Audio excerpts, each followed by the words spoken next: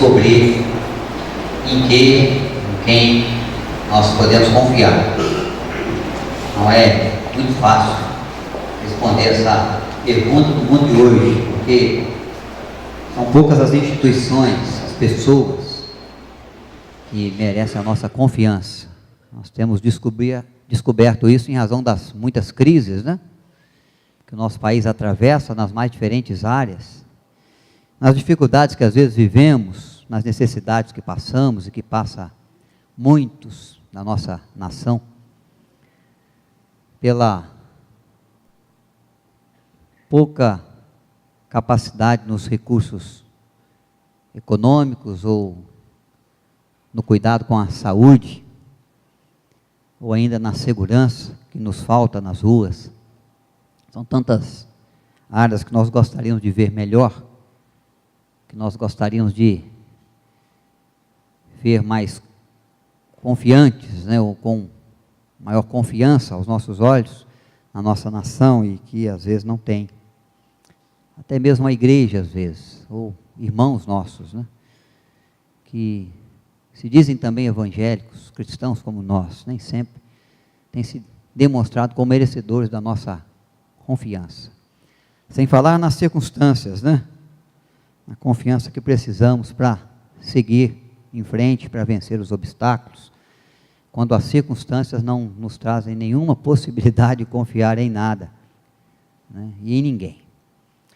Mas nós vamos poder observar na palavra de Deus, junto ao Salmo e também junto à história de um rei de Israel chamado Asa, que reinou em Judá por 39 anos, que teve um governo próspero, que teve um governo abençoador na vida da nação, que começou muito bem, que derrubou os ídolos, que retornou Israel na sua direção, ou em direção ao Senhor seu Deus, mas que terminou mal. Os últimos 4 anos, Asa pôs a perder todo o histórico de produtividade, de bênção e de abençoador que ele foi como rei, ao desviar o seu olhar do Senhor, a mudar os seus caminhos, os seus princípios, os seus propósitos, em tirar de Deus a sua confiança. Então esse é o texto que nós vamos ler agora, no livro de Salmos, capítulo 33, verso 20. Quero ler com os irmãos podem permanecer assentados, nós vamos ler juntos usando essa projeção aqui, tá bom? Vamos lá? Quanto a nós, esperamos pelo Senhor, Ele é nosso auxílio e escudo, nele se alegra o nosso coração, nos seus confiamos. Senhor, esteja sobre nós o teu amor, como de ti esperamos. Que Deus nos dê graça, iluminando o nosso coração e mente para compreender as verdades também da sua palavra. Eu quero que você abra lá no 2º livro de Crônicas. No capítulo 14 começa a história desse rei, Asa. No capítulo 16 ela encerra. Nós não vamos ler os 2 capítulos. Mas aí eu quero que você mantenha a sua Bíblia aberta, porque à medida da nossa caminhada aqui na reflexão sobre em quem devemos confiar, nós vamos nos voltar para esses textos e tirar também da história deste rei, em razão do cântico, do salmo que nós lemos aqui, da confiança do salmista no Senhor. Vamos tirar algumas lições que possam nos ajudar, né, no entendimento sobre o desafio de Deus na confiança. Primeira coisa é a tentação de confiar nos próprios recursos. Há sempre no coração humano a tentação de confiar naquilo que você é capaz de fazer. Quando surge um problema, você não vai imediatamente orar, buscar o Senhor, clamar, tem compaixão de mim e ajuda. Nós deveríamos fazer isso. Mas nós não fazemos. Quando o problema se levanta, a circunstância difícil se mostra, quando nós percebemos que uma tempestade vai se aproximando, quando nós já imaginamos que a noite não vai ser uma noite fácil, que as circunstâncias que vêm surgindo vão nos levar a tempos difíceis, nós começamos a mexer os nossos pauzinhos. Nós começamos a imaginar o que nós podemos fazer. É sempre assim. De imediato, o ser humano acha que dá para ele dar conta. Dá para ele fazer alguma coisa. Dá para ele confiar nos seus próprios recursos. Em quem ele é, no título que ele tem, nos conhecimentos que ele adquiriu com a vida. Uma vida, quem sabe, de muita experiência. Então é comum, o instinto nosso, diante das circunstâncias, no momento em que temos que expressar a confiança, nós confiamos naquilo que nós temos e em quem somos. Na sua posição social. Nesse texto, nós não lemos o versículo, eu vou ler, o versículo 16 vai dizer: não há rei que se salve com o poder dos seus exércitos, nem por sua muita força se livra o valente. Nesse Salmo 33, só que foi o verso 16. Então aí o salmista, antes de declarar sua confiança em Deus, ele está declarando o seguinte: o ser humano ele tenta. Quando o rei percebe que o seu reino vai ser atacado, ele começa a medir a quantidade de soldados que vem de lá para cá. Ele começa a medir quantos soldados ele tem. Ele começa a observar as suas vantagens por conhecer a região. As suas desvantagens, porque o inimigo que vem de lá tem outras estratégias e outras técnicas, as quais, quem sabe, ele nem conhece. Mas ele começa a planejar uma forma, uma maneira de ir nesta batalha e vencer. Mas o salmista aqui está dizendo o seguinte: o rei, muitas das vezes, ele não pode vencer as batalhas, apesar do exército que tem. O valente, apesar da sua força, em algumas circunstâncias ele é derrotado. Ele não está dizendo que o rei não tem recurso, ele não está dizendo que o valente não tem força, ele só está dizendo de que, apesar de nós confiarmos nessas coisas, isso pode não ser suficiente. Nós podemos ser destruídos. Nós podemos perder as batalhas. Nós podemos, às vezes, sofrer muitas perdas. Quando nós olhamos para Asa, nós vamos ver que ele enfrentou também exércitos. E aí está retratado para nós no capítulo 9 no capítulo 14 do segundo livro das Crônicas, a partir do versículo 9. Zera é um etíope que quer ir com seu exército contra os exércitos do rei Asa, de Judá. E aí o versículo 9 do capítulo 14 vai nos dizer que ele agrupa e reúne o seu exército. 1 milhão de soldados. Nós não temos em São José dos Campos 1 milhão de pessoas. Nós teríamos, às vezes, perto disso, juntando todos os habitantes de São José, mais os habitantes de Jacareí. Chegaria perto. Estariam mais perto disso. Imagine você, um rei, que reina e que governa sobre duas grandes tribos, vendo vir contra o seu reino um exército de 1 milhão de soldados, fora os 300 carros, que ajudaria e muito na batalha. Asa percebe o risco. Asa começa a pensar em quem confiar numa batalha dessa. Quem pode me socorrer? Quem pode me valer? Aí eu quero ler, e vocês, se tiverem com a Bíblia aberta, acompanhem a oração que ele faz no verso 11. Nesse tempo, o coração do rei está voltado para o Senhor.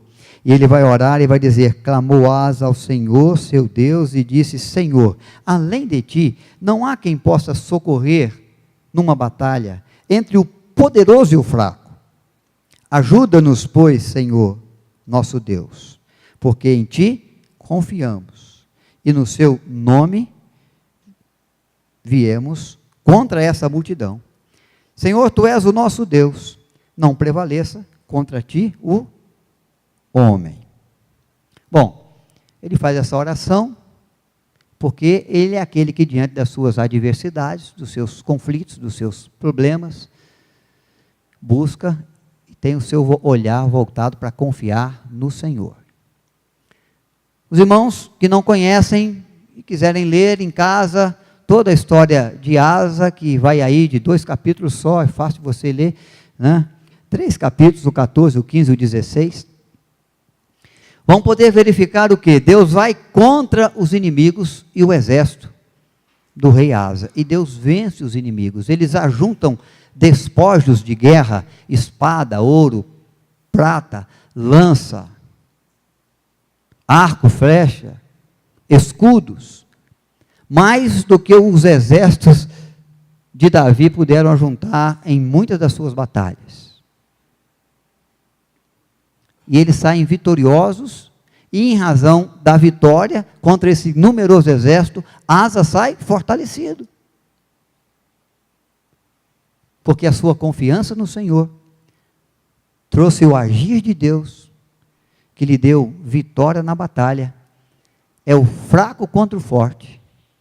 Mas Deus é aquele que gosta de confundir a mente do ser humano, e Ele escolhe os fracos para envergonhar os fortes. Aqueles que parecem nada saber, para envergonhar aqueles que dizem que sabem tudo.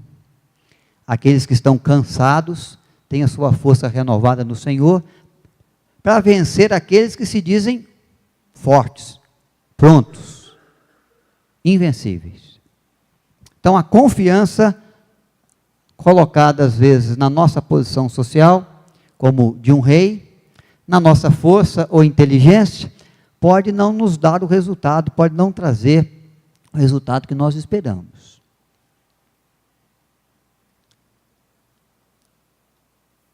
Nas suas contas, nos seus bens, há muitas pessoas que dizem que, em razão do tamanho da conta bancária, eles vão alcançar a felicidade, vão realizar os sonhos, custe o que custar. Fale o preço e nós pagamos. Se nós não tivermos, nós mandamos buscar. Porque o dinheiro é capaz de comprar tudo. É bem verdade que o dinheiro tem comprado algumas coisas aí.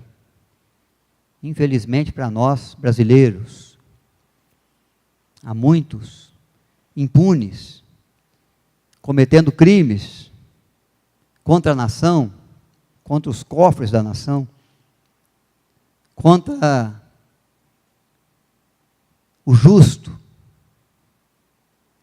e não pagam na justiça nenhum dos seus crimes.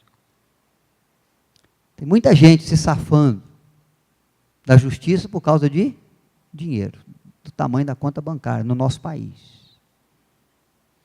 Mas é verdade, e nós vamos dar tempo ao tempo, e sempre vai existir aquela situação, aquela circunstância que o dinheiro não pode, de maneira nenhuma, comprar. Nem mesmo o Mastercard, não é assim? Aquilo que o dinheiro não compra, tem Mastercard, tem Visa, tem os cartões, nem mesmo os cartões de crédito. Quando você observar o salmista, no Salmo 33, ele vai fazer uma observação no verso 17. O cavalo não garante a vitória, a despeito da sua grande força, e a ninguém pode livrar. São bens que o rei possuía, e em quem ele se estribava, se sustentava, às vezes para fugir dos inimigos. E em alguns momentos, o salmista está sabendo, está dizendo: olha, isso não vai ser suficiente, os seus bens, o os seus recursos. Há circunstâncias e há situações, né, que vêm contra as nossas vidas, contra a nossa história, contra a história de uma nação, que o dinheiro não pode resolver. Especialmente se bater à nossa porta as enfermidades. Quando salta diante dos nossos olhos as nossas impossibilidades, as nossas limitações, a fragilidade da nossa vida, dos nossos dias. Só Deus, na sua graça, autor, preservador da vida, para o qual não há qualquer impossível, pode, às vezes, nos ajudar. E é Ele que nos dá vida. E se vivemos e se existimos, diz o apóstolo Paulo aos atenienses, é porque o Senhor existe e nos sustenta. Então o salmista vai nos ensinando, vai nos fazendo ver, que apesar de nós termos o ímpeto de confiar em nós mesmos, na nossa inteligência, na nossa força, nos nossos bens, nas nossas contas bancárias, na nossa posição social, nós vamos nos deparar com situações e com circunstâncias as quais não vão ser suficientes. Os nossos contatos.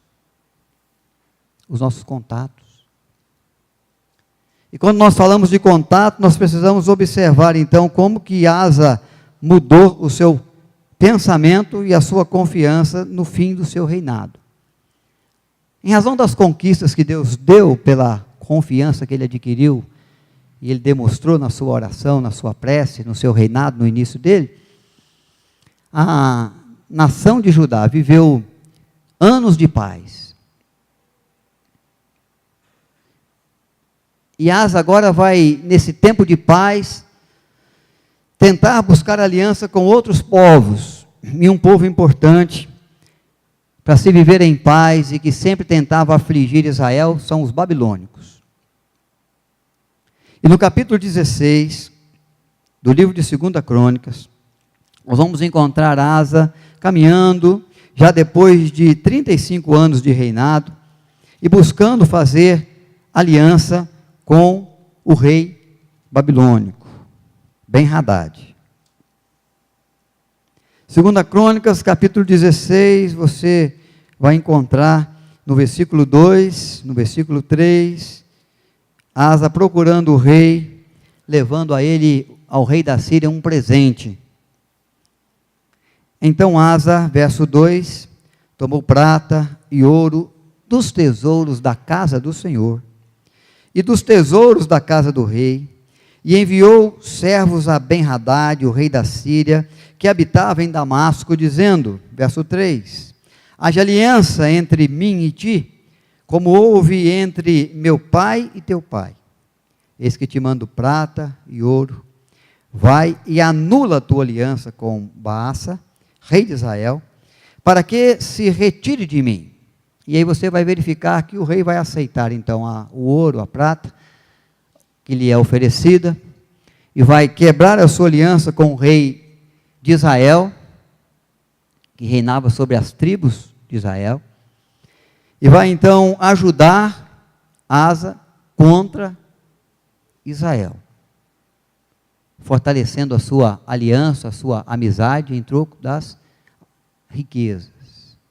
Nesse momento ele queria realizar algumas conquistas, e ele confia então nos homens. Ben-Hadad é rei da Síria, é homem forte, é homem poderoso. Se eu tiver uma aliança com ele, se ele me tiver como amigo, se ele olhar para mim e resolver me ajudar,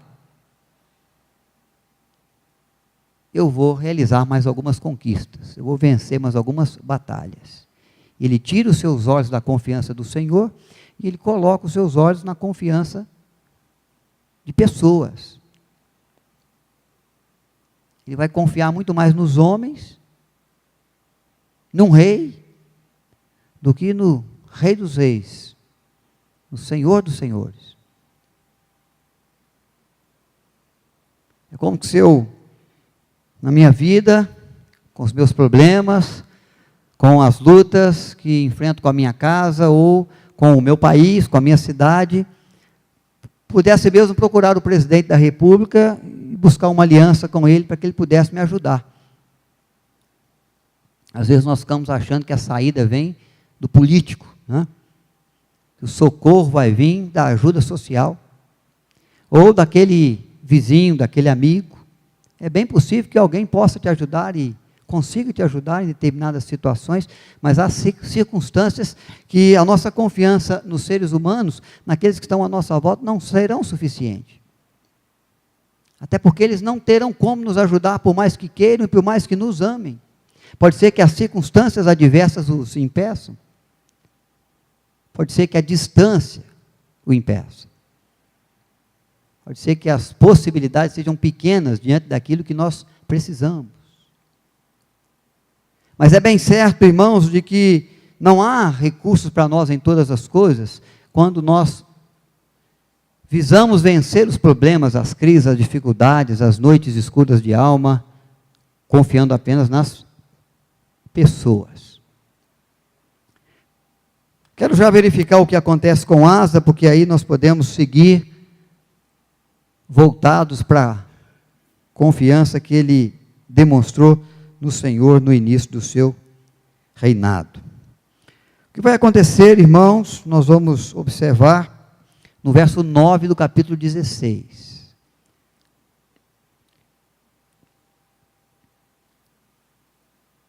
O profeta vai procurar o rei, e o profeta vai declarar então o que Deus achou da aliança que foi feita com o rei da Babilônia, Ben-Hadad.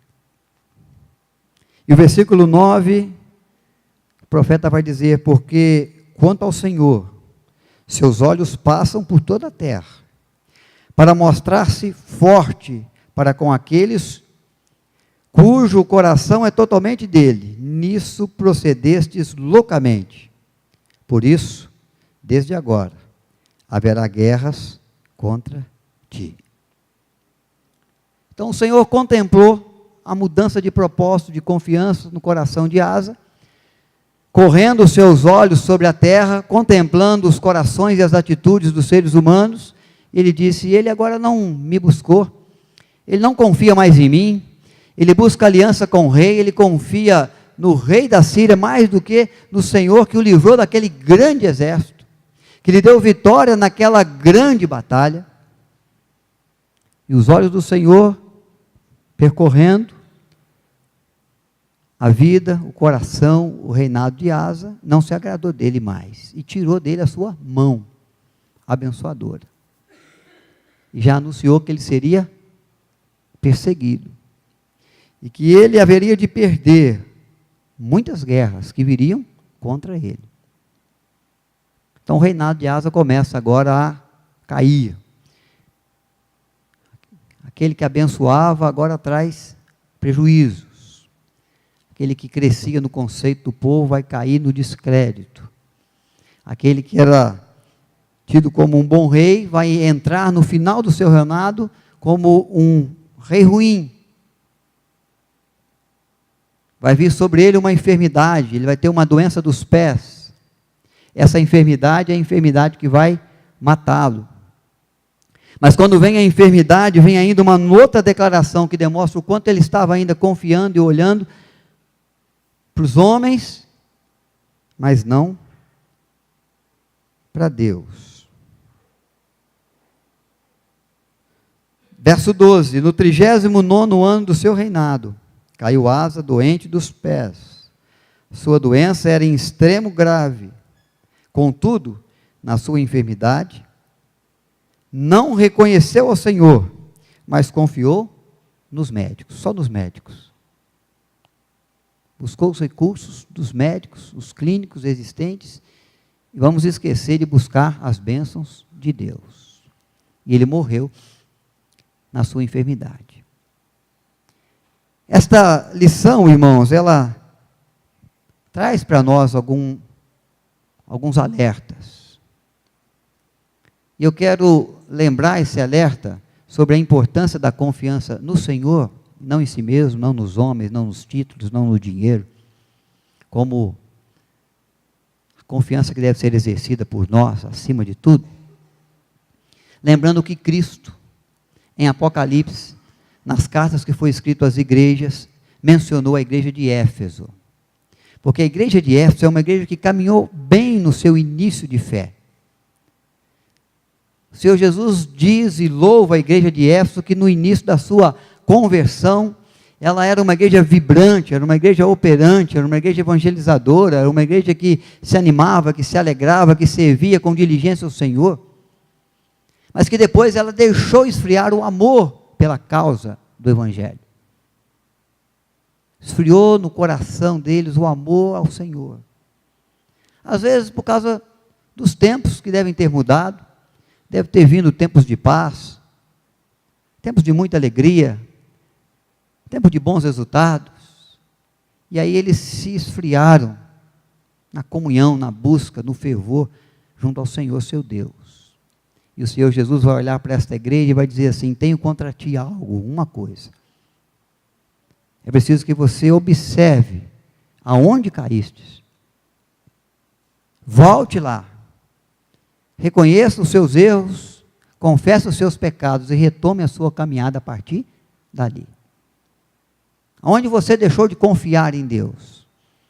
Aonde você deixou de buscar o Senhor como deveria? Aonde os seus olhos foram tirados da confiança em Deus para ser depositados na confiança em si mesmo, nas suas forças, nas suas condições, nas suas posses, nos seus amigos, nos reis. Observa aonde caístes, diz o Senhor Jesus. Porque os olhos de Deus passam pela terra e contempla o coração dos homens. E se Deus contemplar em nós a mudança da confiança, tirando dele a nossa confiança e depositando em qualquer outro recurso, primeiro que não seja o Senhor, ele pode tirar das nossas cabeças as suas mãos. Ele pode deixar de nos abençoar, de abençoar a nossa vida. Ele pode deixar de trazer sobre nós o cuidado que ele traz. Até quando nós não pedimos, ou até como nós nem imaginamos que precisamos dele, mas que o Senhor está ali, nos guardando de tropeços, nos guardando, enviando os seus anjos em todos os nossos caminhos também. Então é por isso que o salmista traz esse desafio de confiar em Deus. Ele vai dizer: ele é nosso escudo, ele nos protege, ele nos guarda.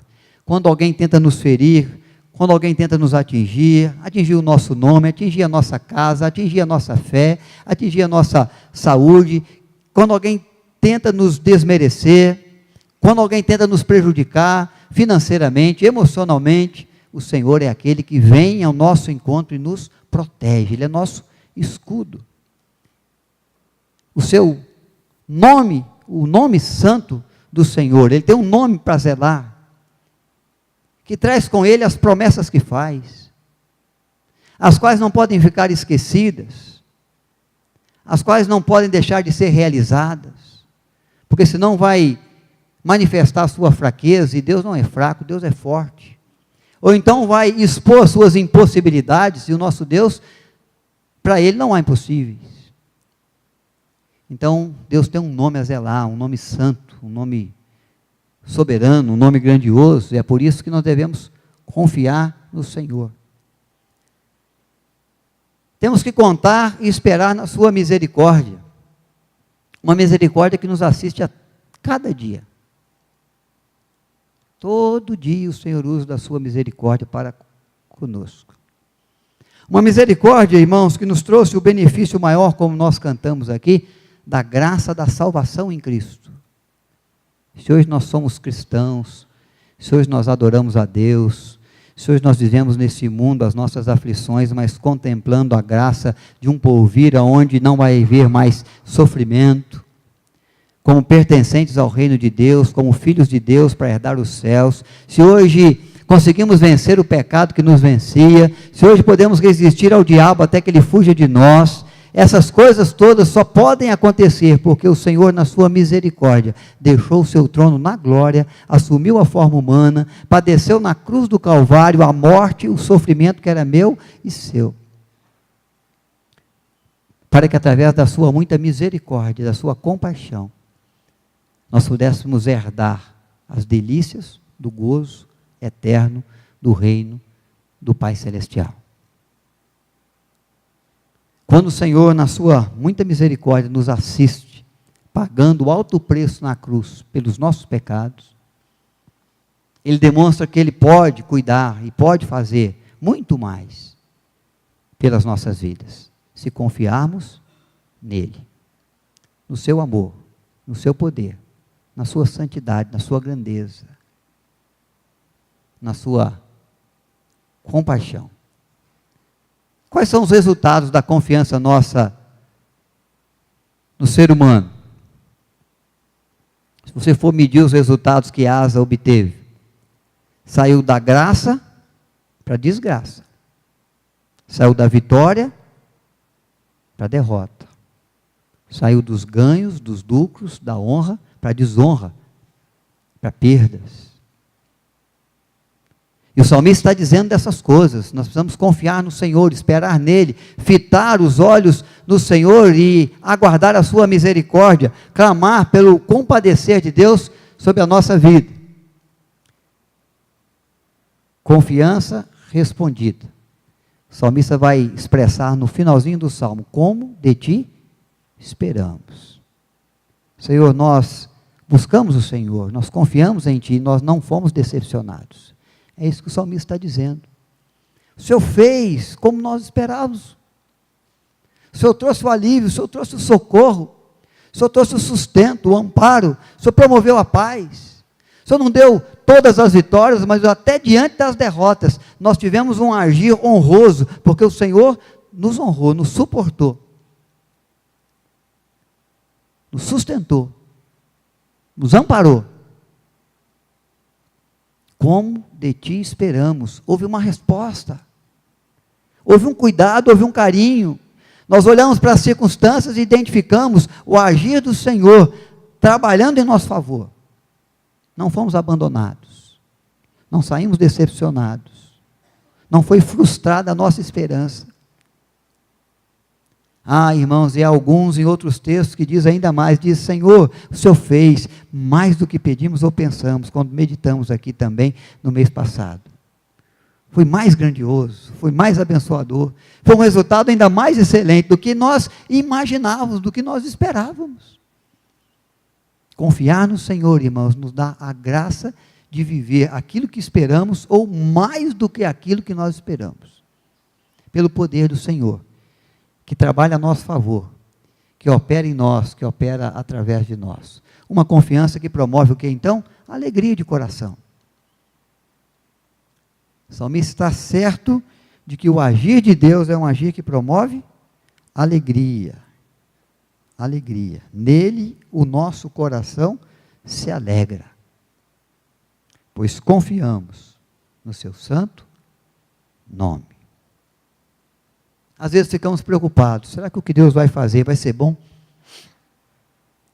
Será que a resposta que Ele tem para a minha oração, para o meu pedido de socorro, de auxílio, de ajuda, de orientação, de suporte, de amparo, vai ser mesmo suficiente para mim, para minha casa, para o meu país, para a minha igreja?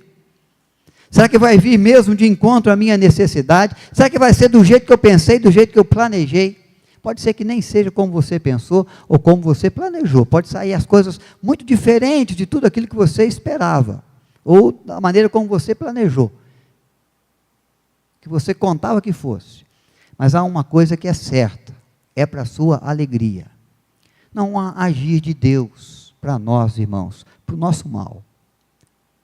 Deus não faz nada só para a nossa tristeza, só para nos magoar, só para nos decepcionar. Deus não tem interesse de medir forças com a gente, porque Ele é muito mais forte que nós. Ele não tem interesse até de nos quebrar por coisa alguma. Ele sabe que nós somos frágeis, somos para Ele como o pó da terra, como a folha que cai de uma árvore. Somos como a névoa que o vento dispersa. As nações são como névoa diante do Senhor, do seu poder, da sua grandeza, da sua força. Imagine um cidadão. Mas o salmista traz no coração a certeza: quando eu olho para as mãos de Deus, quando eu coloco diante do Senhor os meus sonhos, os meus projetos, as minhas crises, as minhas lutas, as dificuldades que eu atravesso, as desconfianças que eu tenho, os temores que vão na minha alma, o Senhor age de maneira que eu não sou decepcionado. E a alegria surge no meu coração e na minha alma, de maneira que não posso deixar de adorá-lo, de louvar o seu nome. O meu coração se alegra. E quando nós confiamos em nós mesmos, irmãos, muitas das vezes nos decepcionamos, inúmeras vezes nos entristecemos, quando confiamos no governo, quando confiamos no dinheiro, quando confiamos em pessoas que nos amam, mas que são também limitadas, que têm também os seus problemas, as suas impossibilidades, como nós. Muitas vezes nos frustramos e vemos vazar pelas mãos as bênçãos e a alegria que se vai. Porque a nossa confiança não pôde ser correspondida.